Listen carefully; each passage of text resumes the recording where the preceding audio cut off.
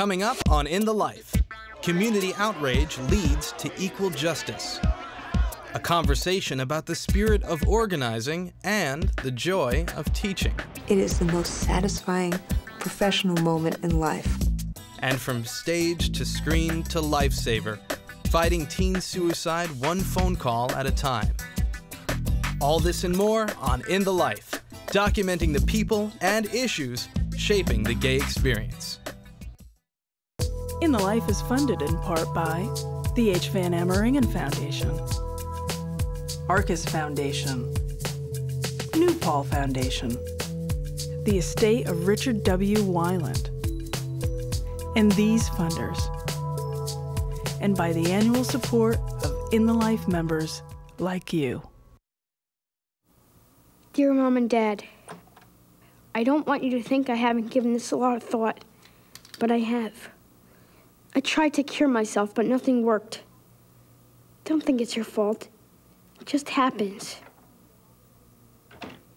Please give all my Diana Ross records and tapes to Christy Monastera, who happens to love Diane as much as I do. And please, if it's possible, play Endless Love at my funeral. It's my absolute fave. And don't cry too much. It would have been a skillion times worse if I had lived. Your loving son, Trevor.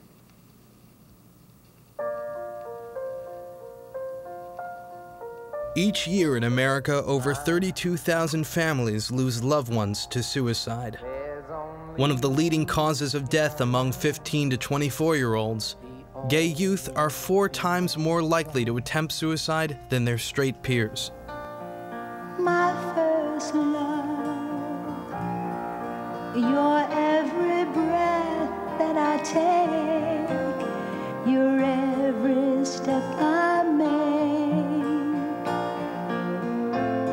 and Tonight, young people at risk and those who are lending a hand and an ear to save them.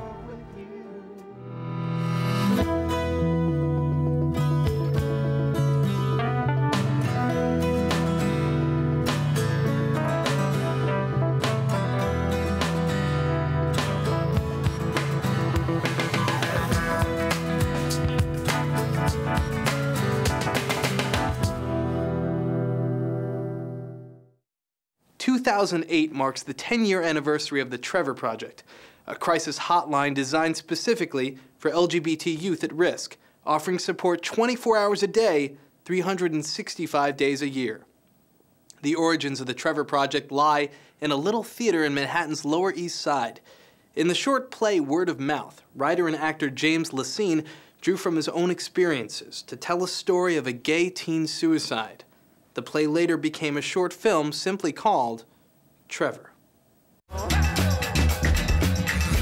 Hey, hi, I'm James Lacine, and welcome to my place. This is my office desk, and this is where the Trevor Project all began. At the time, I was putting together the material for this show that I was doing called Word of Mouth. That particular day, I was listening to the radio, and I was listening to a report on NPR about gay teen suicide, and at the time, it was 33% of all gay teen suicides that they know of were attributable to homosexuality. I got the idea to actually write something about gay teen suicide that was personal, so I sat down and I started writing. There was an incredible opportunity to tell a particular story about a particular boy. And, you know, I drew on a lot of my own experiences of growing up. I grew up on the other side of the George Washington Bridge in a little town in New Jersey called Hasbrook Heights. I'm going to take you now to the place where Trevor was first performed as a stage play, okay? So this is the famous La Mama Theater, and this is where I first performed Word of Mouth and Trevor, and we're going to go inside. Wow. The incredible thing about La Mama is that it's like a piece of New York history. It's where like sort of theater began in the like 60s. The amazing thing is it hasn't changed at all. And please, if it's possible, play Endless Love at my funeral. It's my absolute fave. Don't cry too much. It would have been like a skillion times worse if I had lived. Your loving son, Trevor.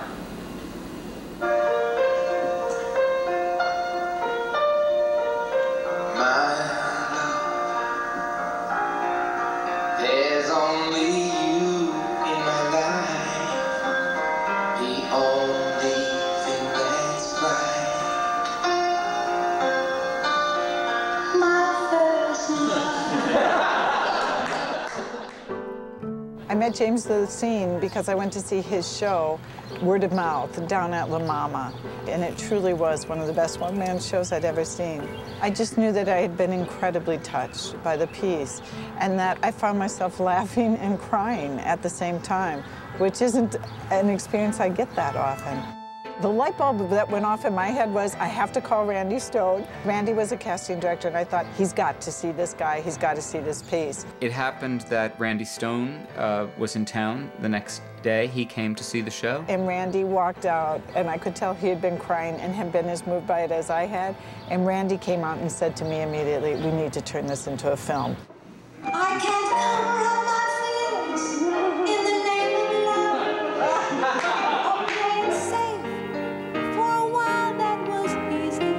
The thing about Trevor, it sort of seemed like a miracle. It came together so quickly. And then we got the call that Trevor had been nominated for an Academy Award. But they weren't only nominated, they won the Oscar in 1995 for Best Short Film. And when it happened, it was almost like, okay, well, that's amazing.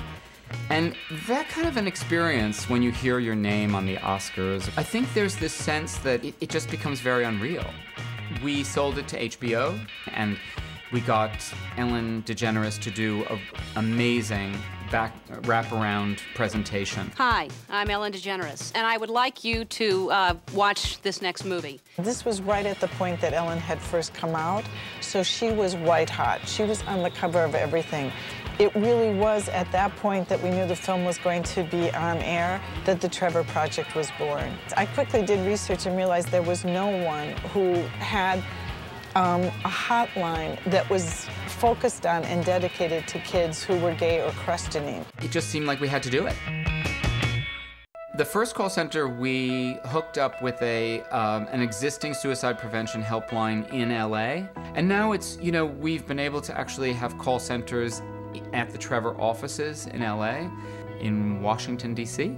There's a call center here, which was opened this past year in memory of Randy Stone, who died last year. Trevor Helpline, this is Anish. The Randy Stone Call Center. We're here in Lower Manhattan in the financial district, so we have room for 4 of our counselor stations. We're here 24/7, that we're the nation's only suicide and crisis intervention helpline for LGBT youth and questioning youth. I have been a counselor on the Trevor Project since September of 2007.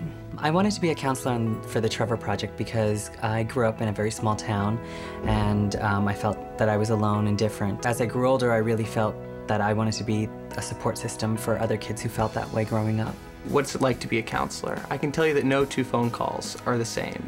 Every youth that reaches out to us has something different going on in their life. But a lot of the common themes are that they're feeling alone, they're feeling scared, and they're feeling isolated. A good counselor can help ameliorate some of those feelings that they're having. We are answering over 12,000 calls a year from youth all across the country. Most of our calls come from right here, in this region here, the Midwest and southern parts of the country. I would say our average age of our caller is 15. What motivates me to do this and to give myself to these kids is the fact that they're just kids. You know, they deserve to have a wonderful, healthy, happy life. We have an annual fundraising event here in New York City called Trevor New York. We're going to be honoring Alan Cumming for his superior work in film and television. We're celebrating our 10th anniversary year, and we've got lots of entertainment. Idina Menzel, Sandra Bernhard. It's a little bit of music, a little bit of comedy, Alec Mapa. So it's a great evening. Lots of stars and celebrities come out for it. The Colin Higgins Foundation gives out 3 awards every year to youth who have triumphed over adversity. These are gay teens. And so at our event, we are more than honored to be able to bestow those awards out. They come with a $10,000 grant to each individual. Our final youth honoree is Perry Shelton, the youngest poet ever featured on HBO's Russell Simmons Presents Deaf Poetry. Receiving this award is exceptional. It makes me feel like all this work that has been done, that the Creator has used me for, it's being listened to. My mom doesn't even know that I've had thoughts of suicide, and it's obviously because I never told her. Young people need somebody to talk to, and that's all. The Trevor Project and people who are associated with will listen. I hear a lot of pain from a lot of our callers, but what constantly makes me feel so amazing is that there are so many great volunteers who take time out of their lives to answer these phone calls and talk to young people who are feeling so much in their lives.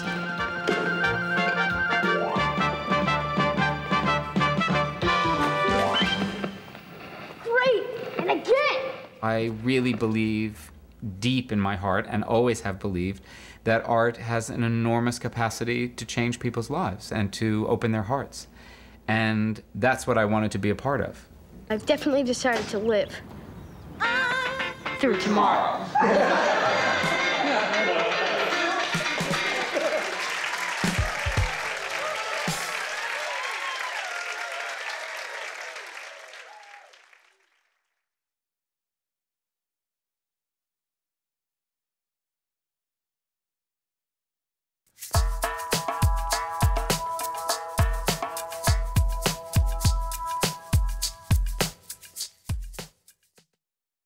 Alan Van Capelle, Executive Director of the Empire State Pride Agenda, New York's statewide LGBT civil rights and advocacy organization, recently sat down with labor leader Randi Weingarten, the newly elected president of the 1.4 million member American Federation of Teachers. Tonight, Weingarten and Van Capelle discuss the intersection of the labor movement and the LGBT rights movement, creating safe school environments, and the joy of teaching. Last year, October 2007, you come to the Sheraton in New York, the Empire State Pride Agenda dinner, and in the middle of accepting an award, you say that my sexual orientation was not as common in knowledge as it probably is tonight. Why did you decide to come out then? It was only when I realized, I think, that I could be viewed as a labor leader in my own right, and that talking about my sexuality would actually be a way of expanding other civil rights. I realized that I needed to actually be a role model and a leader in this area by using myself. And a lot of what I feared and what others fear just didn't materialize. So I get to ask you a question. What's the next frontier for ESPA? What's the next frontier in civil rights? The two groups I think about most are young people, right? Some of the folks that you're working with. Right, exactly right. You know, 40% of the homeless kids on the street tonight identify as LGBT. Kids coming out at an earlier age, we have done virtually nothing as a community to protect those kids when they come out, when they are kicked out of their homes or harassed in schools, and turn on the street for street work or for drugs, and then end up in a criminal system, which we know isn't that helpful to them. And the other thing I think about are senior citizens, who this generation of seniors out their whole life, now going into an assisted living or a nursing facility, only to go back into the closet because the folks who are caring for them have no cultural competency whatsoever in gay and lesbian lives. And so they're abused and victimized in the nursing homes. And I don't think that ever gets public attention. Right. And I think those are some of the issues we have to be working on. When we actually work on these kind of issues together, like the Dignity of All Students Act that we worked on together between the union and ESPA, when we work on these things together, we bring the collective clout of several different communities to bear on an issue, and we're successful and effective in the political stream when we do it together. We always say that if it's only LGBT people talking about LGBT issues, we lose. Right, exactly. And so when we ask everybody, who are the most important actors in your state capital, and chances are they're people of faith, labor leaders and unions, and corporations. And if you could either win those folks over to your side and activate them to be working for you and using their clout for you, or neutralize them, then you have a better shot at winning. July 2008, Newsweek cover about Lawrence King, 15 years old, killed in his classroom. A story about the kids coming out as gay, gender identity, and how schools can protect those kids. How safe are kids who are experimenting and thinking about their gender identity and their sexual orientation in schools? You would hope that schools would be the safest places possible for kids, and that schools would always be this incredible safety net for kids. And by and large, that's true. But then when we have situations like this, we realize we have so much more to do. Part of the reason why I push both on a local and national level for tolerance education. I know that the Ad Council and GLSEN is going to be doing a big ad campaign, I think, as we speak, about educating people about how words hurt. Mm-hmm. Like if when you say to kids, "Oh, you're so gay," or "It's so gay," that sends all the wrong messages. Do you like this top? So gay. Really? Yeah, it's totally gay. You know, you really shouldn't say that. Say what? Well, say that something's gay when you mean it's bad. It's insulting. So we got a lot more work to do in this country. What role do teachers play in all this? I always get to this issue thinking and talking about tolerance and respect. Because if there is an environment which is respectful and tolerant, regardless of whether people look the same as you or act the same as you or love the same people as you love, if you get to basic tolerance and respect, then we don't have situations of kids tragically being killed because of who they are, whether it's Matthew Shepard or whether it's this young man. And ultimately, that is part of our obligation as school teachers. Did you like teaching? I love teaching. What did you really like about it? I mean, it was both frustrating and exhilarating at the same time. I often say that teachers are a combination of Martin Luther King Jr., Albert Einstein, Gandhi, and Tony Soprano, all rolled in together, because that's all the skill set you need as a school teacher. But what I loved about teaching is kids are so incredibly resilient, and they are willing to be pushed if you can figure out the right strategies. You know your content well, because you can't, kids know if you're... Kids know a phony. Kids know a phony, but when you're real with them and when you push them to be the best they can be, and when they get it, it is the most satisfying professional moment in life. When you see that, when you see a sparkle in a kid's eye, when you see, one of your kids making that connection, there's nothing better. And that's what I loved about teaching. Do you miss it? Yes, I loved it. Would you go back at some point? I would love to go back at some point, but teaching 5 periods a day was the most exhausting job I ever had. It just drains all of your energy out of you when you're doing it at the level that most teachers do it at. But it is the best, most fulfilling life's work that anybody could do, make a difference in the life of a child. What do you envision Alan Van Capelle is going to be doing 5 years from now? I know, I'd like to be a father, to tell you the truth. I used to think I want to be a teacher in some ways, although after the description of how exhausting it is, I'm not exactly sure that's the first thing I'd be jumping into. I don't know. It's my honest answer. I know I don't want to run for office. Mm-hmm. That's the one thing I'm positive of. I really learned that there is so much change that can be made when you're not an elected official.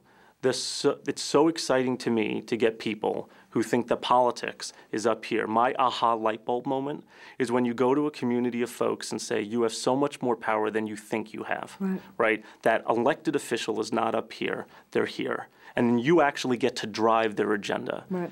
So as we come to the end of this conversation, but as I look forward to other conversations with you, some parting thoughts for us? One of the major lessons I've learned in life was that you can actually get things done for people through the political process. You can get things done in the American democracy, as frustrating as it is. If you have collective action, we can actually make this country a a better place. We can make it a more tolerant place. We can make it a more respectful place. We can make it a place where people have the economic dignity and respect they so need, and a place where they can be whoever they want to be. And that is the lesson that I've learned, and frankly, you have helped teach it to me. Thank you. And thank you and your members of the AFT and the UFT for being such strong advocates for safe schools and for marriage equality. And so thank you, Randi Weingarten. Thank you, Alan Van Capelle.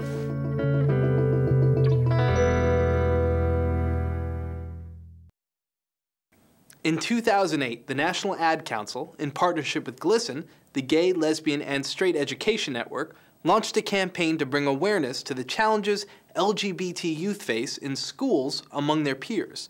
These ads mark the first time the National Ad Council has produced public service announcements addressing LGBT issues. Yo, check out this chef, right? Right? That's so gay. That's really gay. Dude, look at those pants. Please don't say that. What? Don't say that something is gay when you mean that something is dumb or stupid. It's insulting. It's like if I thought this pepper shaker was stupid and I said, man, and this pepper shaker is so 16-year-old boy with a cheesy mustache. Just saying. When you say that's so gay, do you realize what you say? Knock it off.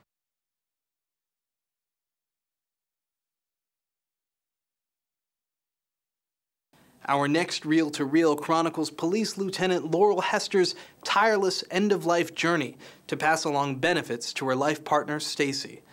Director Cynthia Wade captured how people passionately stood beside Laurel and Stacy in her Academy Award-winning documentary short, Freeheld.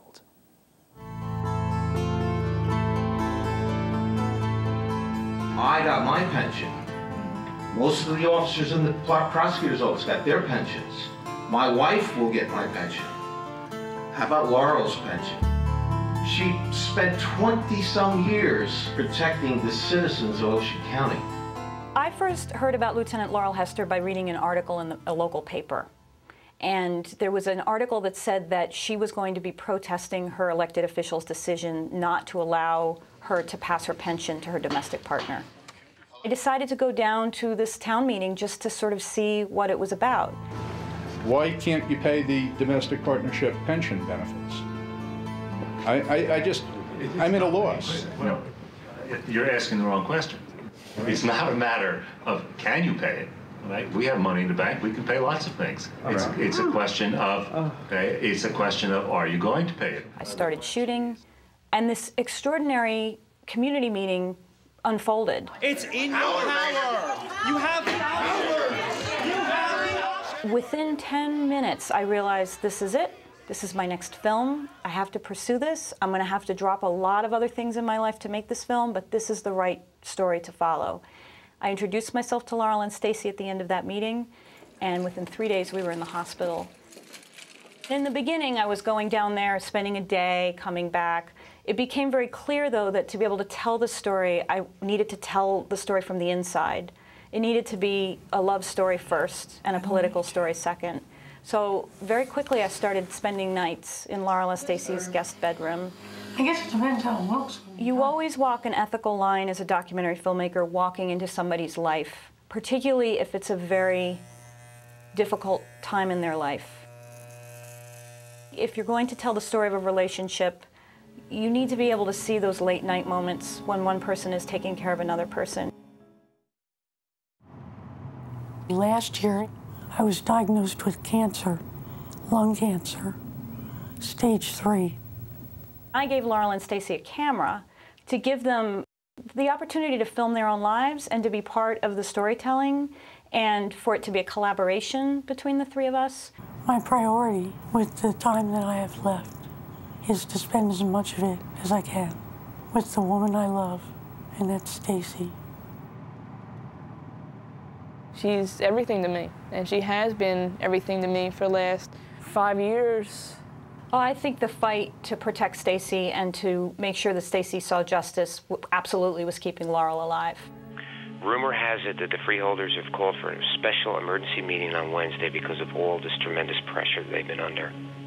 It was a phone call made by the governor. If she's there in person before the freeholders, it might help to change their mind. I would like to make a motion to pass a resolution to expand pension benefits to county employees under the provisions of the law. We talked about how her story could potentially make a difference to other same-sex couples. And one of the things that we discussed was that by the time the film would actually be done and launched, it would be an election year. We've screened across the country, we've screened internationally, we've won a significant amount of awards, which is great, but ultimately, how do you take that as a tool and then turn it into something that's really going to make an impact and a change? We're just average people that have a home and a couple dogs and pay our taxes. And we just want everything to be equal.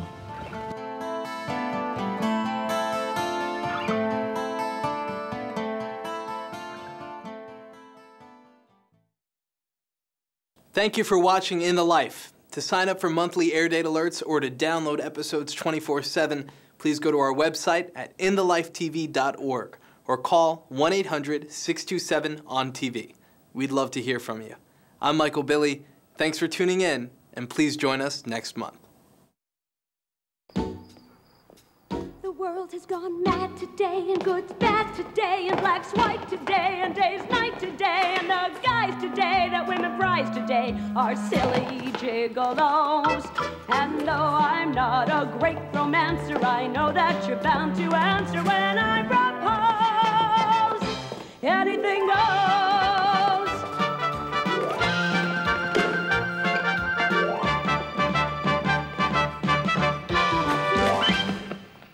Great! And again! In the Life is funded in part by the H. Van Ameringen Foundation, Arcus Foundation, New Paul Foundation, the estate of Richard W. Weiland, and these funders, and by the annual support of In the Life members like you.